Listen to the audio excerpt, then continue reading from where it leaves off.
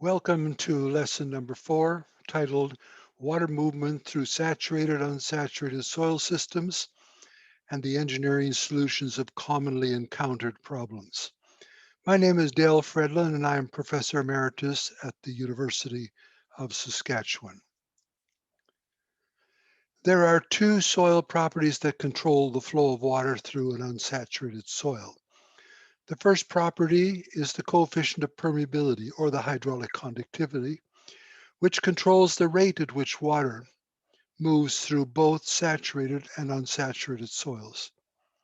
The permeability of an unsaturated soil may decrease by several orders of magnitude as suction is increased. The second property is the coefficient of water storage, which controls the ability of the soil to store and release water.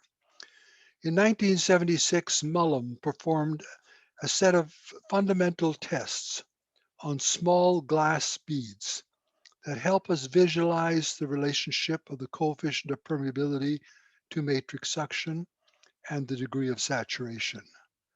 Following is a brief explanation of the experiment that was conducted. Mullum in 76 measured the coefficient of permeability of glass beads as the suction in the beads was increased. At a tension, or a suction, of 4 kilopascals, the beads started to desaturate, and the measured permeability decreased significantly. By the time a suction was increased to 6 kilopascals, the coefficient of permeability had decreased by 3 orders of magnitude. The tension in the water was then increased, and the coefficient of permeability increased. However, the characterization of the coefficient of permeability followed a different path. In other words, the permeability function exhibited hysteresis. The conclusion was quite obvious, namely, that water can only flow where there is water in the soil, and desaturation of a soil results in a significant decrease in the coefficient of permeability.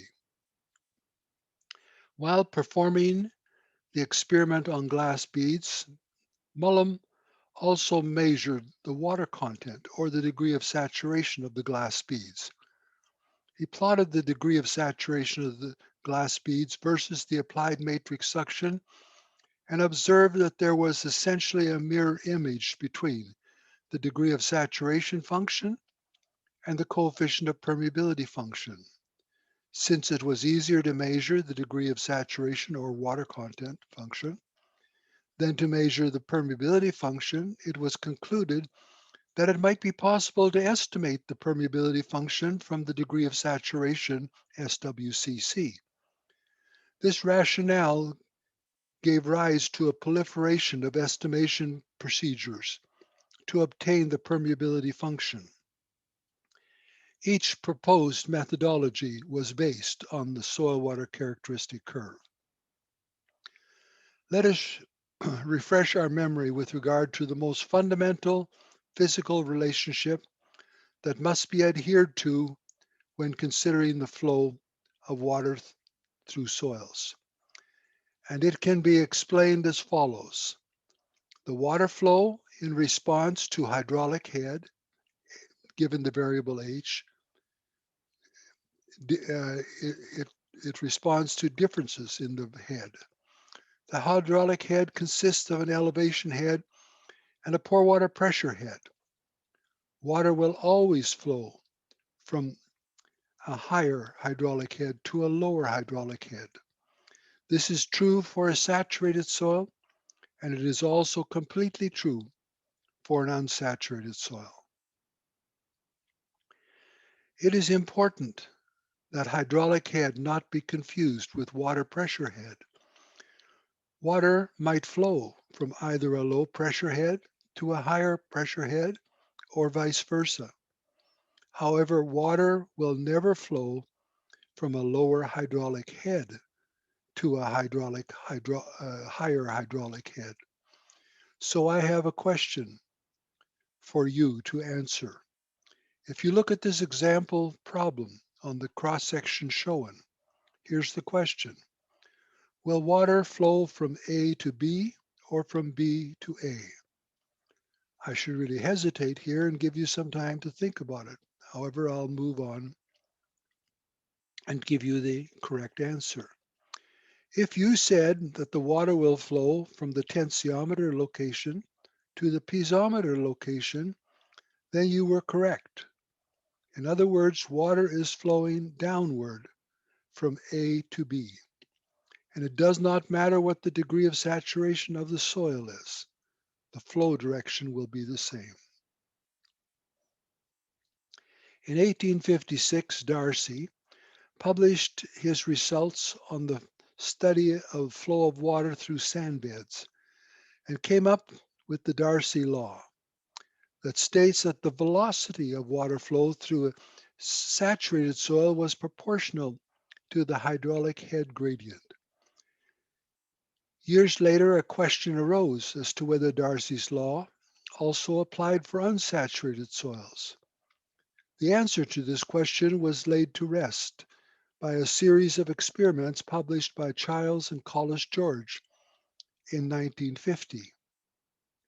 They showed that while the coefficient of permeability changed with the amount of water in the soil, the velocity of water flow maintained its proportionality to the hydraulic head gradient. Therefore, it was rightfully concluded that Darcy's law also applied for unsaturated soils as well as for saturated soils. Even though Darcy's law applied for unsaturated soils, it meant that the coefficient of permeability, which is a coefficient of proportionality, varied in a highly nonlinear manner with respect to the amount of water in the soil. One example from Brooks and Corey, 1964, showed that once the soil started to desaturate due to an increase in matrix suction, the coefficient of permeability decreased logarithmically, even though the degree of saturation was decreasing arithmetically. At matrix suctions lower than the air entry value, the soil behaved as a saturated soil. Water seepage problems in geotechnical engineering can be subdivided into two categories. Solutions that are independent of time. These are called steady-state seepage problems. And secondly, solutions that are time-dependent. These are called transient or unsteady-state seepage problems. The analysis of seepage problems takes on the form of the solution of a partial differential equation referred to as a PDE.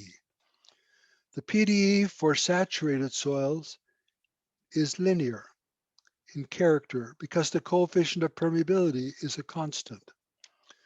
The PDE for an unsaturated soil is nonlinear in character because the coefficient of permeability is nonlinear. It is important to note that there is a smooth transition between the seepage solution for a saturated soil and an unsaturated soil. This slide shows two examples of water flow where the saturated and unsaturated portions of the continuum cross-section blend one into the other. Most of the flow is in a horizontal direction in the upper diagram. Water can flow through the saturated zone as well as through the unsaturated zone. In fact, water might move across or downward, upward or downward across the phreatic line. In the lower diagram, most of the water flow is in a vertical direction. There are two primary functions driving the flow of moisture in this diagram. Rainfall provides a downward moisture flux into the soil, while evaporation and evapotranspiration results in an upward movement of moisture. Let us remove an REV, that is a representative elemental volume, from the cross-section of a continuum and then examine the mass balance of water flow in the x and y coordinate directions. Velocity fields are applied in the x direction and the y direction across the REV. The variable v stands for velocity. H variable is hydraulic head, and the k variable is the coefficient of permeability. Let us first consider the case of steady state flow of water through either a saturated or unsaturated soil. The derived partial differential equation applies for saturated and unsaturated water flow. However, the terms describing changes in permeability with respect to space drop out for the saturated water flow portion. The previously shown partial differential equation can be made to apply to transient flow equations by taking changes in water storage in the element into consideration with respect to time. In other words, the divergence of water velocity is no longer equal to zero, but rather becomes equal to the water storage coefficient multiplied by the change in the hydraulic head with respect to time. The water storage variable is M2W, and it also takes the form of a nonlinear mathematical function. The water storage function is computed as the slope of the soil water characteristic curve, SWCC, written in terms of volumetric water content. For two-dimensional unsaturated soil water flow, the right-hand side of the partial differential equation becomes equal to the water storage variable, M2W, multiplied by the unit weight of water and the change of hydraulic head with respect to time. The primary difference between saturated water seepage and unsaturated water seepage lies in the fact that the two material properties related to water flow take the form of nonlinear functions when dealing with unsaturated soils. This has the effect of making the solution of the partial differential equation iterative in nature. In other words, values for the soil properties must first be assumed while solving for hydraulic heads at all the nodes in the finite element grid. It is a challenging process to measure the unsaturated coefficient of permeability function in the laboratory. It is also costly, and for these reasons, the unsaturated seepage properties are generally estimated from the soil water characteristic curve. However, I would like to just briefly explain why it is a challenge to experimentally measure the permeability function. There are several steady state and transient methodologies that have been proposed for the measurement of the permeability function. Most of the methodologies are costly, time-consuming, and it is difficult to obtain reliable measurements over a wide range of permeability values. This slide shows how the coefficient of permeability can be measured on an unsaturated soil specimen while maintaining a particular applied matrix suction to the soil. The apparatus illustrates how a suction can be applied to the soil while measuring the drop in pressure head across the specimen. High air entry discs are placed in contact with the top and bottom of the soil specimen. The discs need to remain saturated while the soil is allowed to desaturate. The pore water pressures are measured at 2 points, giving the soil specimen in the soil specimen in order to measure the gradient across the specimen. An air pressure applied along the side of the soil specimen causes the soil to desaturate once the air entry value of the soil is exceeded. The coefficient of permeability of an unsaturated soil may range from a maximum value equal to the saturated coefficient of permeability to a minimum value many orders of magnitude lower. There are two design features that need to be taken into consideration when attempting to build a laboratory apparatus to measure unsaturated coefficient of permeability. These are, number one,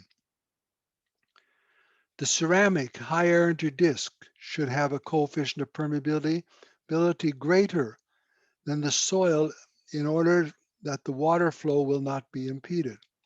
And secondly, the ceramic disk must not desaturate. Consequently, the range over which the coefficient of permeability can be measured is quite limited, as shown in this diagram. There are numerous experimental procedures that have been used to measure the permeability of an unsaturated soil.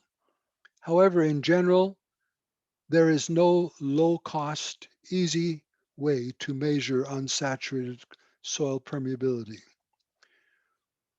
One of the more recent techniques that has been used in the laboratory involves the measurement of the permeability function using water capillary rise in a column. The soil is placed inside of a plastic lucite clear column, and the rate of water rise and the rate of movement of the wetting front is recorded as the column is wetted from the bottom. The matrix suction is also monitored at one or more points along the side of the column of soil. This slide shows the rate of rise of the wetting front for several soil types. Once equilibrium conditions are reached, the water content versus the distance above the water table is measured. This provides the information required for the calculation of the unsaturated soil permeability function. It should be noted that this technique is applicable mainly for coarse-grained soils that exhibit a distinct color change as wetting occurs. The data on this slide are calculated based on the rise of the wetting front and the matrix suction measurements. The saturated coefficient of permeability of the soil must be independently measured. The data shows that the soil appears to start to desaturate at a suction of about 10 kilopascals, and by the time the suction reaches 1,000 kilopascals, the coefficient of permeability has decreased almost 5 orders of magnitude. Estimation procedures have been advocated and extensively used for the determination of the permeability function in agriculture-related disciplines. Gradually, the estimation procedures have been studied and applied in geotechnical engineering to the point where it is now common practice to estimate unsaturated soil permeability functions from measured soil water characteristic curves.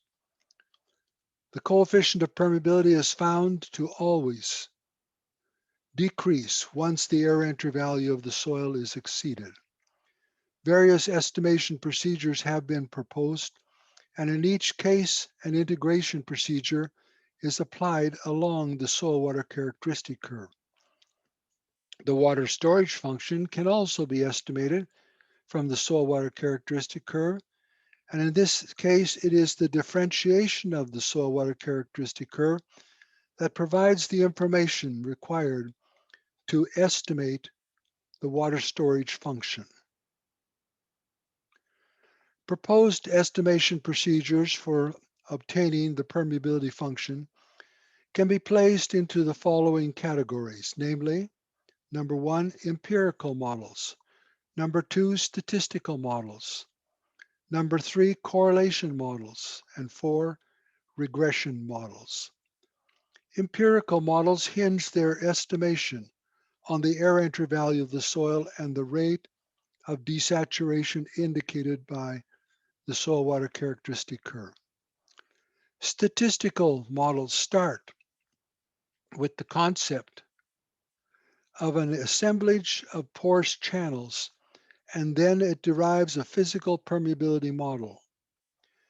Correlation models are based on certain similarities between the soil water characteristic curve and the characteristics of the permeability function. In a sense, these models are quite similar to regression models, that is, the correlation models are. It is the statistical type permeability models that have been shown to perform most closely to laboratory measured results. This slide illustrates an integration scheme used by some of the early researchers. The soil water characteristic curve was divided into increments of water content. The proposed integration procedure started at the saturated condition and proceeded to higher suctions where the soil became drier. In 1980, Van Genoochen took the soil water characteristic curve equations proposed by Burdeen in 1953 and Mullum in 1976 and derived a closed form integration technique for the estimation of the permeability functions. In order to obtain a closed form integration procedure, it was necessary to assume a fixed relationship between two of the fitting parameters for the SWCC equation. In other words, in a sense, the three fitting parameters were reduced to two fitting parameters. In 1994, Fredlund and Xing proposed a three fitting parameter equation for the soil water characteristic curve. They also included a correction factor that ensured that all soil water characteristic curves ended at zero water content when the suction was 1 million kilopascals. The proposed equation provided a continuous function over the entire range of possible suctions. The three fitting parameters are referred to as A, N, and M, with Fx subscripts for Fredlund-Xing. The equation can be written using any designation for the amount of water in the soil, but in these notes, the volumetric water content designation is shown. This slide shows the integration form proposed by Fredlund et al. In 1994 for the estimation of the permeability function based on the Fredlund-Xing soil water characteristic curve. There is no need to spend time on trying to understand the integration schemes because when used, they will be hidden in the software code. Rather, let's focus on a couple of examples where comparisons can be made between measured and estimated permeability functions. However, mention should be made of the fact that there is no closed form integration equation scheme when you use the Fredlund-Xing soil water characteristic curve designation. In other words, the integration should be started at the air entry value of the soil, and a series of permeability values can be calculated for various selected suction values. It is then possible to best fit the calculated permeability function data with another empirical function or a table of values. This slide shows the soil water characteristic curve data for a sand when the air entry value is about 7 kilopascals. The inflection point in this case was 8.3, and the magnitude of the end parameter shows that the soil desaturates quickly once the air entry value is exceeded. The soil water characteristic curve data can now be used with the Fredlund et al. 1994 integration scheme to calculate the permeability function, which is shown on the next slide. The calculated results from the integration procedure are shown as a solid line. The calculated permeability function shows a close fit with the experimentally measured coefficient of permeability data. It is quite understandable that the estimation procedures, such as the one shown, perform better for coarse-grained soils than for fine-grained soils that may have some secondary structural features. If the soil is anisotropic with respect to the coefficient of permeability in two orthogonal directions, it is still suggested that the estimation can be made for the anisotropic unsaturated soil functions. In other words, in an anisotropic soil, the primary difference will be with respect to the saturated coefficient of permeability, and the unsaturated functions simply translate in response to changes in the saturated coefficients of permeability in two orthogonal directions. All estimation procedures for the permeability function agree that the soil should be assumed to remain constant at a saturated coefficient of permeability up to suctions prior to the air entry value. After the air entry value, the permeability rapidly decreases as desaturation takes place. As suction increases beyond the air entry value, there's a divergence in the various permeability estimation calculation procedures, especially as residual conditions are reached. There also appears to be a lower limit for moisture flow in the soil, and it is suggested that that lower limit would be related to the vapor diffusion value. Ibrahimi and others have suggested that a lower limit for moisture permeability is about 1 × 10 to the minus 13 meters per second. Let us now consider the solution of several steady-state and unsteady-state or transient saturated-unsaturated seepage problems. Steady-state examples are first illustrated, followed by unsteady-state examples. Solutions are possible in either one-dimension, two-dimension, or three-dimensional geometries. Various boundary conditions can be applied at the limits of the geometry for each of the example problems.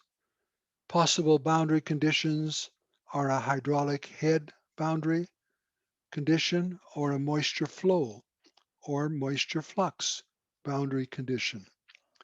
It is also possible to have zero flux boundary condition or a constant pressure boundary condition. Flow net solutions for steady-state, homogeneous, and anisotropic soil conditions are of virtually no value when solving unsaturated soils problems, since an unsaturated soil does not have a single value for coefficient of permeability. Also, flow lines and pressure contours are of no significance for the unsaturated solution except for the zero pressure line. On the other hand, the hydraulic head contours show the dissipation of head as it relates to water flow. Historically, the drawing of flow nets led many geotechnical engineers to understand that the phreatic line was the uppermost line of seepage. This is not in reality the situation, since we now know that water can flow upwards or downwards in both directions across the phreatic line. In 1971, Professor Fries published several example problems involving earth dam cross-sections where he contoured the hydraulic heads both above and below the phreatic line. He also showed that water moved across the phreatic line. In each case, he also plotted the zero pressure line or the phreatic surface. This led to a much clearer understanding of the flow of water through saturated, unsaturated soil systems. This slide shows the cross-section of a homogeneous dam that has water on the upstream reservoir and a horizontal sand drain on the lower toe of the dam. The continuum cross-section has been divided into elements, finite elements, in order to solve for steady-state seepage through the dam. The finite element mesh shown was generated using an automatic element generator, which took into consideration likely locations of increased seepage gradients. High seepage gradient areas have smaller elements in order to have similar accuracy at all points throughout the continuum. The only soil information required to solve this steady-state problem is the permeability function. The saturated coefficient of permeability is assumed to be 1 times 10 to the minus 7 meters per second, and the remainder of the permeability function was estimated from the soil water characteristic curve for the soil. The air entry value for the soil was assumed to be about 13 kilopascals. The partial differential equations shown earlier can now be applied to each element of the mesh of finite elements. In other words, the seepage solution can be obtained for each element. The finite element formulation takes on the mathematical formulation shown in this slide. However, the geotechnical engineer does not need to be concerned about having a full understanding of the mathematics because the solution of these equations can be buried within a standard partial differential equation solver. The finite element formulation is simply shown here for completeness.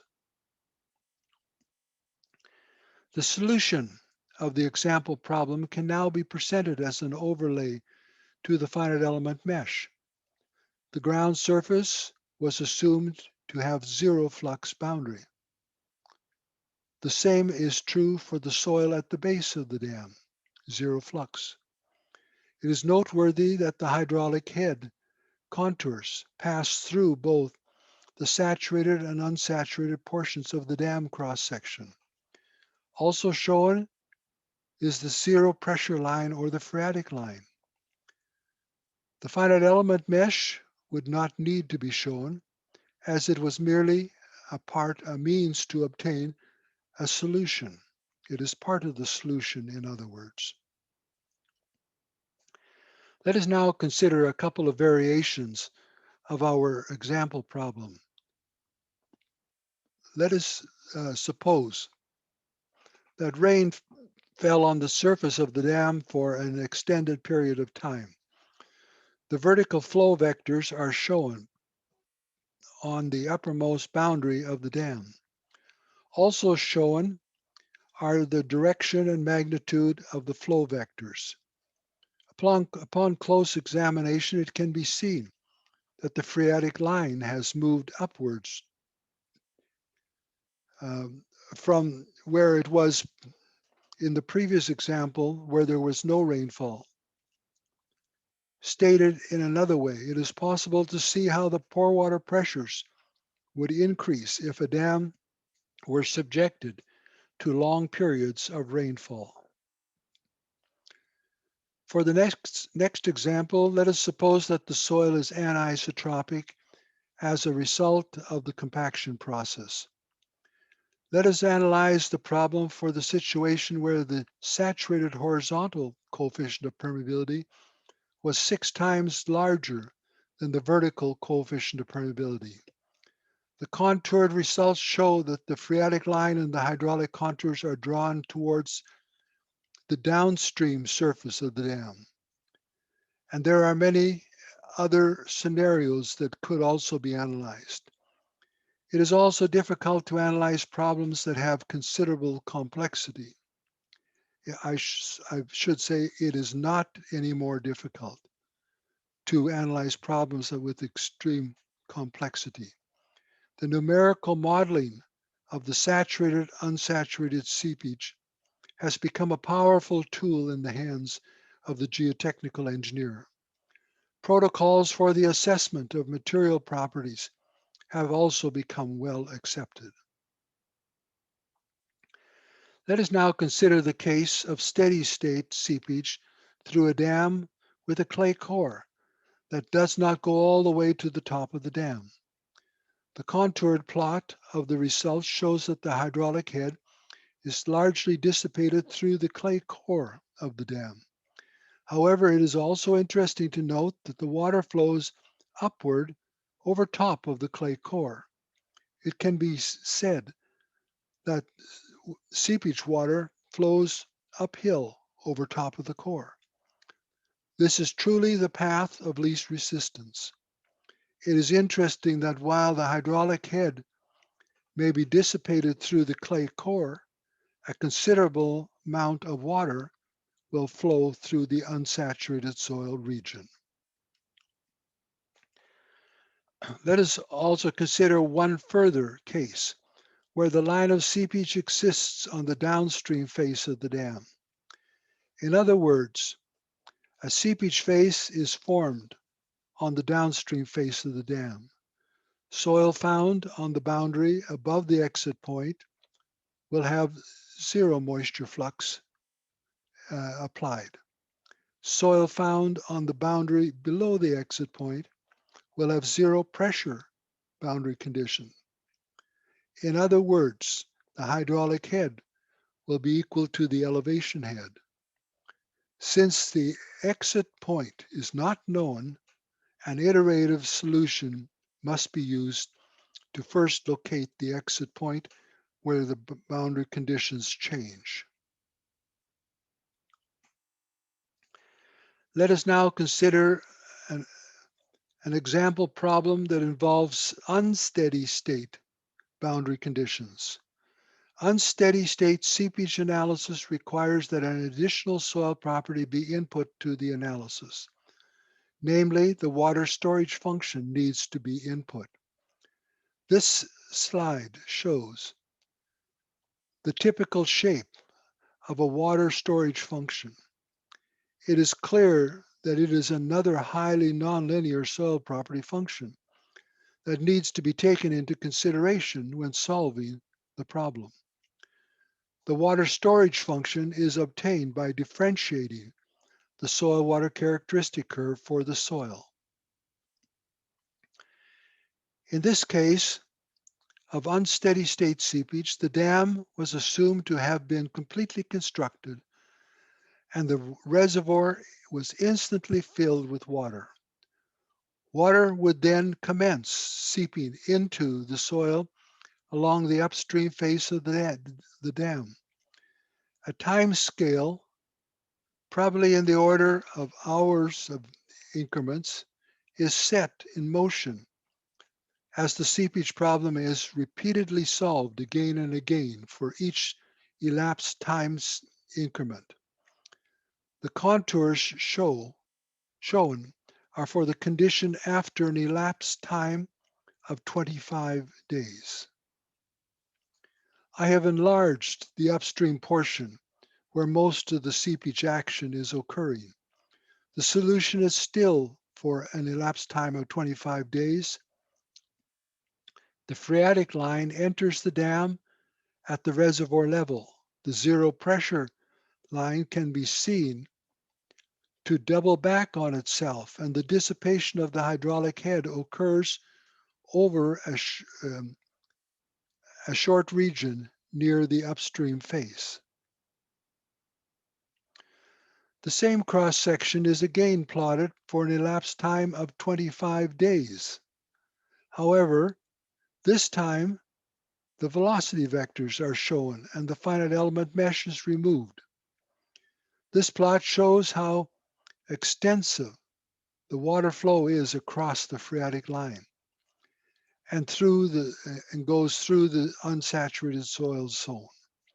The magnitude of the velocity vectors and the closeness of the hydraulic head contours are a reflection of the zone of highest flow gradients. The next slide shows the flow vectors and the hydraulic head contours after 60 days of seepage. There is still extensive seepage across the phreatic line, while the hydraulic head contours are spread apart as the dissipation of hydraulic head moves across the entire dam cross-section. Let us see what the solution looks like after 1500 days. It is clear that the solution has moved very close to the steady-state solution that was previously solved and shown. Now the hydraulic head contours, or the equipotential lines, are equally distributed across the entire section of the dam. It is clear that an excessive number of possible scenarios can be studied through, that should be an extensive number of possible scenarios, can be studied through the use of transient saturated-unsaturated seepage modeling.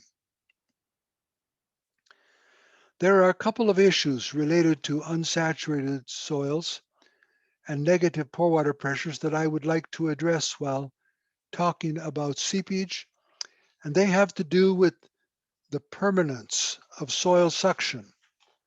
The effect of negative pore water pressures is often ignored because geotechnical engineers because they are often not aware of the conditions under which soil suction can be maintained and conditions under which it can be lost. At the same time, the trigger mechanism for potential slope failures is often related to the loss of suction near the ground surface. The rate at which suctions can be lost due to infiltration is closely related to the parameters defining the soil water characteristic curve, or the SWCC. It is important to realize that suctions are maintained in the soil when the average flux rate is less than the saturated hydraulic conductivity of the soil near the ground surface. Let me consider two extremes related to rainfall infiltration. The first case considers the situation where the rainfall is continuous, that is steady state, but at a rate that is less than the saturated coefficient of permeability of the surface soil. Suppose that the rainfall flux is expressed as the percentage of the saturated coefficient of permeability. In this case, infiltration occurs under a gradient of 1. And while the pore water pressure will decrease, they will remain at a constant value above the water table, no matter how long the rainfall occurs. Stated another way, negative water pressures cannot be driven to zero value as long as the rainfall flux is less than the saturated coefficient of permeability. Simply put, in most cases, it is not easy to wipe out negative pore water pressures. Potential engineering solutions can involve limiting the infiltration of water at the ground surface. This type of solution has been successfully used in engineering practice. Let us now consider a different extreme rainfall condition. In this case, let us assume that the rainfall produces a moisture flux that exceeds the saturated permeability of the soil. In this case, a wetting front can form and the soil suctions can go to zero. The movement of the wetting front depends on the length of the rainfall period. A new phreatic water table may also start to form at the ground surface. We also need to be aware that heavy rainfalls do not continue forever. Rainfalls stop and the soil responds to the new boundary conditions that are imposed. There is one more topic I wish to touch upon in this lecture, and it has to do with water balance moisture fluxes at the ground surface. The quantification of moisture flux boundary conditions has largely been omitted from classic soil mechanics. Specified flow rates at the boundary are called Newman-type boundary conditions. The ground surface forms a moisture flux boundary that is controlled by weather conditions. The upward moisture movement from the ground surface is the most difficult component to evaluate. Potential evaporation, PE, is the maximum evaporation from the saturated soil surface. However, actual evaporation, AE, is less than the potential evaporation due to the suctions in the soil and the affinity that the soil has to hold on to the water. And there are also other factors involved. Precipitation constitutes the downward moisture movement. The goal of the geotechnical engineer is to estimate the net infiltration of moisture, given by the symbol capital I at the ground surface. In order to obtain the net infiltration, it is necessary to examine the components of water balance at the ground surface. Net infiltration can be viewed as the difference between the downward precipitation at a site and the summation of actual evaporation, transpiration, and runoff.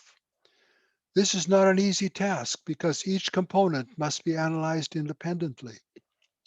Surface hydrologists have been quite successful in calculating potential evaporation. However, it is actual evaporation that is required for the accurate assessment of the ground surface moisture flux.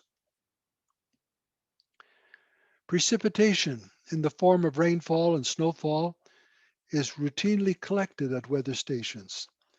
This graph shows the daily precipitation and cumulative precipitation over a period of 1 year at a particular weather station location. It is often necessary to analyze rainfall conditions over many years, for example, up to 10 years of records.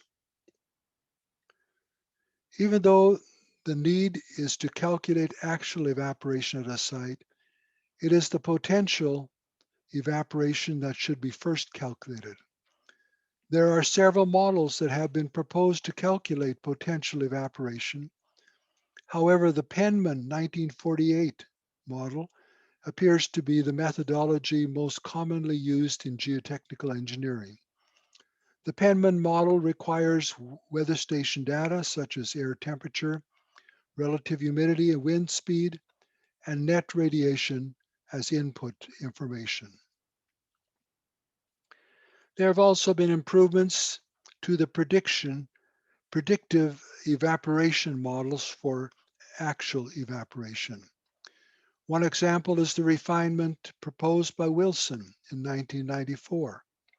Then in 2014, Dat Tran introduced the concept of ground surface resistance to evaporation. This refinement provided an improvement to the evaporation calculations, particularly when dealing with very dry soil conditions. The algebraic sum of the various components of ground surface moisture flux give rise to net moisture flux over a period of time. In this slide, it's shown for a period of 1 year. This process can be repeated year after year. This is the type of analysis that is commonly done for the design of soil cover systems known as store and release covers. Seepage through unsaturated soils constitutes an extensive application area in unsaturated soil mechanics. I think that it is fair to say that the saturated-unsaturated seepage modeling has been the most valuable unsaturated soil mechanics tool that has emerged and been used extensively in recent years by geotechnical engineers.